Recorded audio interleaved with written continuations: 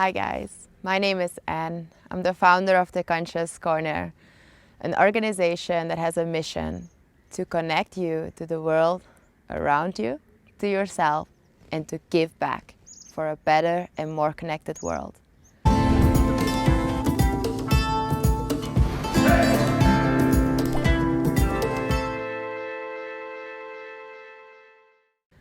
Today I'm super honored to guide you through this workshop on communication. One of the most important ways to actually connect ourselves and put ourselves down into this world. What do we feel? What do we need? And how do we express that? So today I'm going to give you a short workshop that's also going to give you some specific tools so you can actually start implementing them into your day-to-day life and make a change in no time. It's not going to be easy, but also living in a lot of mental clutter and an inability to communicate and express yourself freely is also not easy. So let's break through this. Let's break it down in a few parts and give you some exercises so you can get started now. So firstly, what is communication? We need to understand what communication is in order to get going and to make some changes into our communication style. Communication is twofold. On the one hand, it's the way we communicate with ourselves, how that ego voice in our mind is thinking about you, is feeling about you and the world around you. The other part of communication is how you are actually able to express and relate with individuals, maybe animals and nature, whatever, around you. So one part is about the implicit part and the other part is about the explicit part. So we're going to get started with the internal communication. Raising your awareness is super important to change your communication patterns within. My objective for the workshop today is to strive for a more compassionate and connected communication style. So what you are going to have to learn is to dismantle the communication that you have that is putting you down, that is holding you back. And in order to shift that, you first need to understand that you are doing it. A lot of our times we are living in our mind in an automatic and conditioned way. We are just thinking, but we're not really understanding what we are thinking and why we are thinking the things that we are thinking about ourselves, the way we communicate with ourselves. That's maybe something we have learned along the way throughout the years. But you have the power to shift that now. And the power and the potential lies in you growing your awareness and understanding. So this is what we call in modern science metacognition. So we need to tap into a different part of our brains where we shift from automatic thinking into conscious thinking so that you are actually going to see what you are thinking. That is the most important step. If you're not aware about what you're thinking, it will affect your body. This is really important. Your body responds to whatever you are thinking. If I think about a big lion jumping on me or something more specific in your business, you failing completely on what you're doing, it feels for your body as if it's happening unless you are aware about it. So raising that awareness can happen through a very simple tool, conscious breathing. You, every day, breathing consciously. 5 minutes to 10 minutes just breathing in and breathing out. If you want to learn more about it, I have more videos about it. Just check my channel. But you breathing in and breathing out and you starting to see what you are thinking. This is the very tricky part because honestly, ignorance is bliss, they say. Sometimes it's just easier. Sometimes it's just easier to just ignore it. But even if you don't know that it's there, it's still affecting your life. So if you are brave and you decide now I'm going to show up for it, then you have to understand that it's not going to be easy, but it's going to be so effective.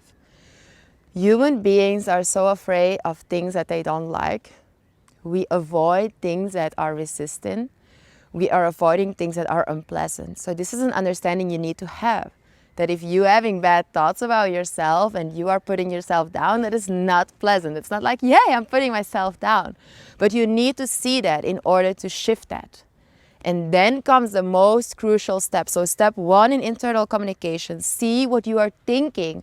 Step 2, don't reject and don't judge what you are thinking. You cannot choose that. It is not your choice to have those thoughts.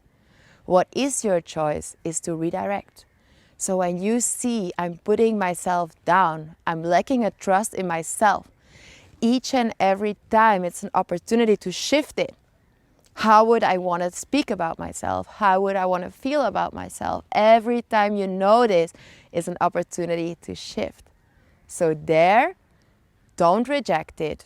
Notice it. Observe it. Become the observer. Once you become the observer, you have the ability to shift. Step 3, more compassion in the communication with ourselves. I'm going to do the short exercise now. And then you can, if you want to pass to the information of the external communication, you can go there. But I'm going to quickly just give a 1-minute exercise now. So what you are going to do for this is you are going to do your conscious breathing, because that's going to help you to bring you into a state of relaxation, of metacognition, of understanding of how you are thinking. And you are breathing in and you are breathing out. And as you breathe in and breathe out, you bring your awareness to the center of your heart, the very center of your chest. And there you feel the breath moving. You feel your feet or whatever is touching the ground. You feel that, you notice that. You feel your body, you feel that you are present here, and therefore choice exists in the moment right here. And you call in compassion. You call in compassion. You can do that by thinking about something that triggers this compassion, this love. That can be a cute dog, that can be your partner, that can be a friend, your mom, your parents, anybody. And you call that in and you breathe in and you breathe out. And as you breathe in and breathe out, you feel your heart expanding, you feel your heart growing. And then you can you do that for a minute. And then you can either write. Writing works for some people better to materialize it, understand it better. For me, it works really good to just think about it. I can shift it through thinking. But if that doesn't work, write it down. So you write down, how do I communicate now about myself? When you stumble upon something in the day, you can do it in the moment immediately, this exercise, or by the evening or in the morning to just get back and reflect and grow your awareness, and therefore choice to redirect, what I said before. And you say, for example, I lack trust in my ability to manifest my business, or I lack trust in my ability to be loved. I think I don't deserve love. And you notice that.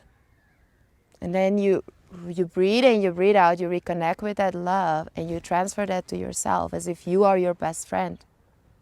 What would I say to them? How would I communicate to them? And each time you notice that, you are shifting. Each time you grow your awareness on how you communicate with yourself, you are shifting. I can go a little bit deeper into that, but I also don't want to give you too much. But just what I want to say is that it's really important to always look for the root of your behaviors, each and every, and your thoughts. Each and every thing that comes on the surface, if you notice that you lack a confidence in your business, it can be related in a lack of confidence in yourself in general. So you can see this and you can transform that and see that you need to cultivate the opposite, which is cultivating trust. So don't push away the lack of confidence. Look at it with compassion through the exercise and shift it into your ability to grow compassion. How would you feel when you are compassionate about yourself? Compassionate, confident about yourself, and compassionate. How would you communicate with yourself? That's part 1. Part 2 is external communication. How do we communicate with the world around ourselves? How we communicate about ourselves, the words we use when we speak about ourselves, the word we use when we speak to others, says so much about our inner structure, our inner wires, how our brain is rewired or wired, and you can rewire that. What I want to say about the communication with others is that we often disempower ourselves. The main thing what I want to say today in this video and the exercise what I want to give is actual conscious communication which exists of active speaking, so being conscious about what you're saying, but also being conscious about what the other person is saying. And there is a concept that's super important that I want to explain to you, which is the concept of projecting. Projecting and expecting. Those are two things that are really disempowering you. I'm going to give you some examples so you actually understand it, if not already. Expectation is disempowering when that expectation is put with the other person. If you expect that a person is going to say that and then you feel good, or a person is going to do that and then you're going to feel good, you are trying to control things that are beyond your control. You are putting the power with the other person. The other aspect, projection, is that when a person is saying something to you and it triggers into an insecurity, you are blaming the other person instead of looking into yourself. Can you notice the scenario? I'm just going to give a scenario. Somebody is talking to you about a trip they are going to make or something they did in their business or in their professional or personal life. And instead of truly listening and being compassionate and being able to be happy for the person you're talking with, you are triggered and you become super insecure and you start feeling bad, and it goes something like this. I'm just giving an example, but something like, why am I not there? This is not going to happen to me. So instead of being actually there for your friend and growing that compassion for your friend, and also believing that you deserve this as well, because that is a big thing I want to just touch upon, just a takeaway, is that when we cannot be happy for others, it's because we're in a lack mindset. Because we have the underlying idea in our society, which kind of sucks is not the right word, I'm sorry for using that, but that we have this underlying idea in our society that when somebody receives something and somebody is really happy, that means that there is less happiness and less joy and less things for us. It's not true. There's enough for all of us. And when somebody else acquires something, it's always only a sign that it's also there for us. So to go further in the example, it means that instead of somebody talking to you, you going in your mind, you're not really listening, not really engaging, but you're in your whole mind. Instead of cultivating those stories more, because you're automatically thinking what I said before, that your automatic thoughts have an implication on the actual outcome, how you feel in that moment and how your body is holding tension and everything. That instead of being aware that you are going in your mind, that you are going into your thoughts and creating all these stories that are putting you down, that you notice that. And in that moment you shift, you again see that opportunity. So you come back to your breath, same exercise. You feel that you are here and you notice in your energy field, in your body, oh, I feel insecure, I don't feel good. And you come back. So you're coming back. And there lies your power, because you're coming back to yourself, because you notice it, you can shift. And then again, you can either shift it in the moment maybe, but maybe it's also useful to write about it later on. That is super important, because it grows our ability to actually listen, to actually connect with other people. Because what if somebody is talking to you and you're only living in your own mind, you're not listening? How nice is it to actually listen to others and have others listen to you? So that is so important in our external communication. That is one part, the listening. The other part is speaking. And the part of the projection, what I was saying before. So the projection means that, the example I was just giving, somebody says something, you don't feel good, you go in your own mind and it's unresolved, or you resolve it and you understand for yourself, hey, there's some old pain here, there's a lack of confidence here. And then you can shift that. Another example of a projection is that you are gonna have a judgment about the other person. Oh, they're always lucky and I'm not. Oh, it's just a call of luck. And you're having this like more negative emotions and thoughts about this other person. It's not really a nice energy to transmit, but you're doing it anyway. If the other person is strong enough in their energy field, they won't notice, but they might. And it's so important that that's a reality you are creating that is not necessarily aligned with truth. So what you can do there is actually recognize, I am insecure, I am lacking, I am feeling that. And if you feel in that moment that, a really good friend, for example, I do that, I communicate that, hey, when you said that, it made me feel really insecure. I know it was not your intention, but this is what was going on with me. And we talk about that, we resolve it, or I have this kind of dialogue with myself, because what I was saying in the first part of internal communication, you try to show up for yourself like you show up for your friend or your dog or whatever. So that is really important to understand that idea of projection, that it's not because you feel bad in an interaction with the others that it's necessarily the other person's fault.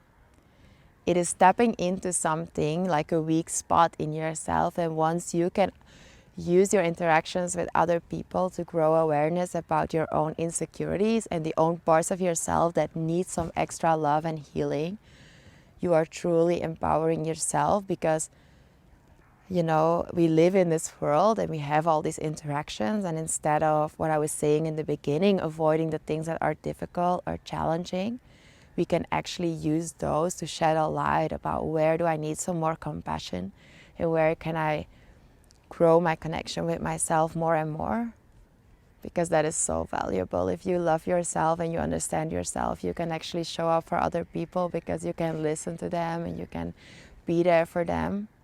Not because you're afraid that they're going to reject you, if you're not doing it that they're going to reject you, but just genuinely because you feel like you want to connect and show up.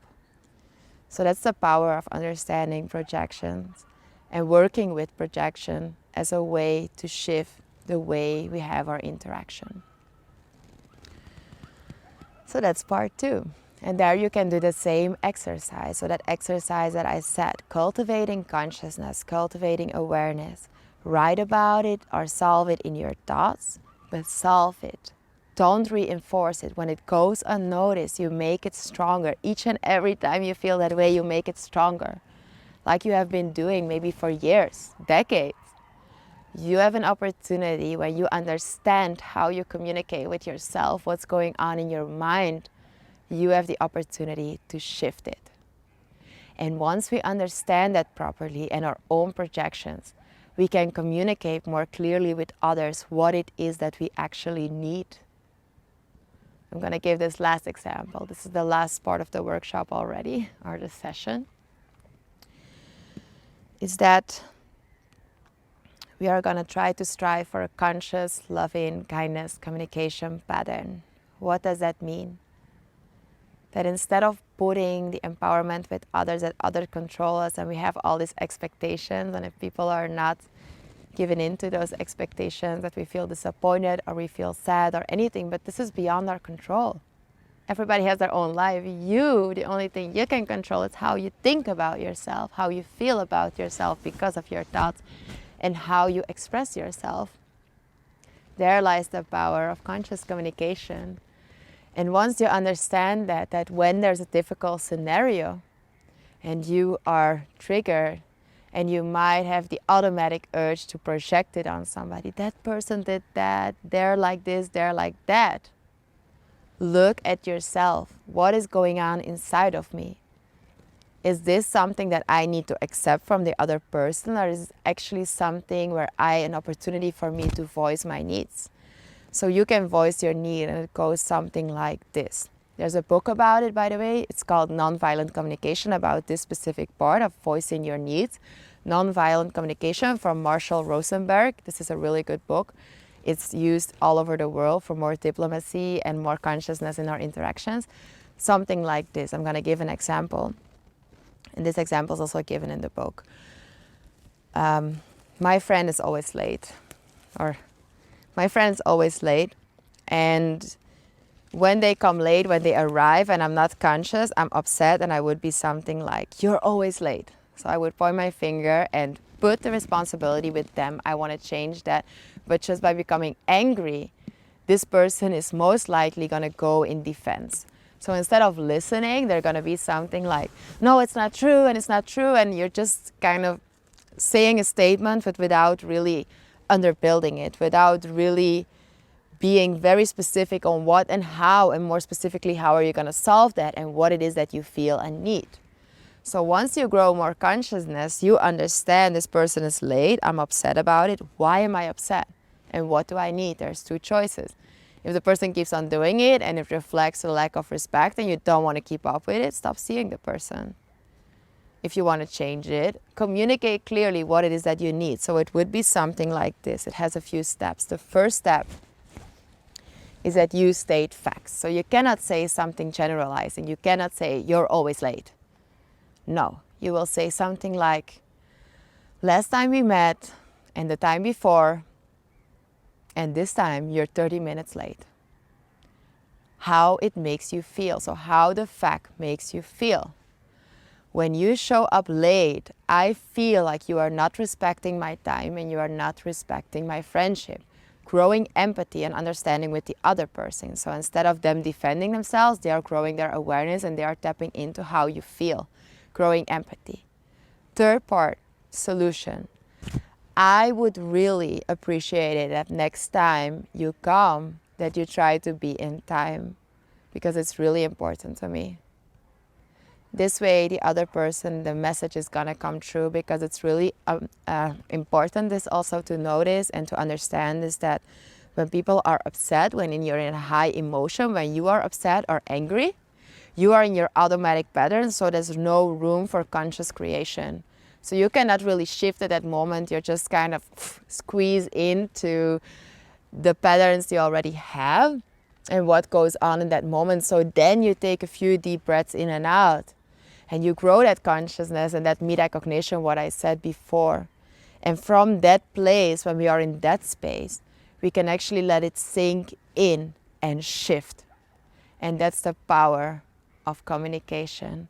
That the more we are aware of the way we communicate with ourselves, what we feel and what we need, the more we're able to express that to the world. And we can stop projecting our own things onto others. And we can stop losing our energy on things that we cannot change, and we are empowered and we are strong and we are contributing to a better world. So thank you so much for tuning in for my workshop. If you're interested in more of this or you need some personal counseling or guidance with this, don't hesitate to reach out. I'm here for you. We're here for each other. Thank you so much. Have a beautiful day.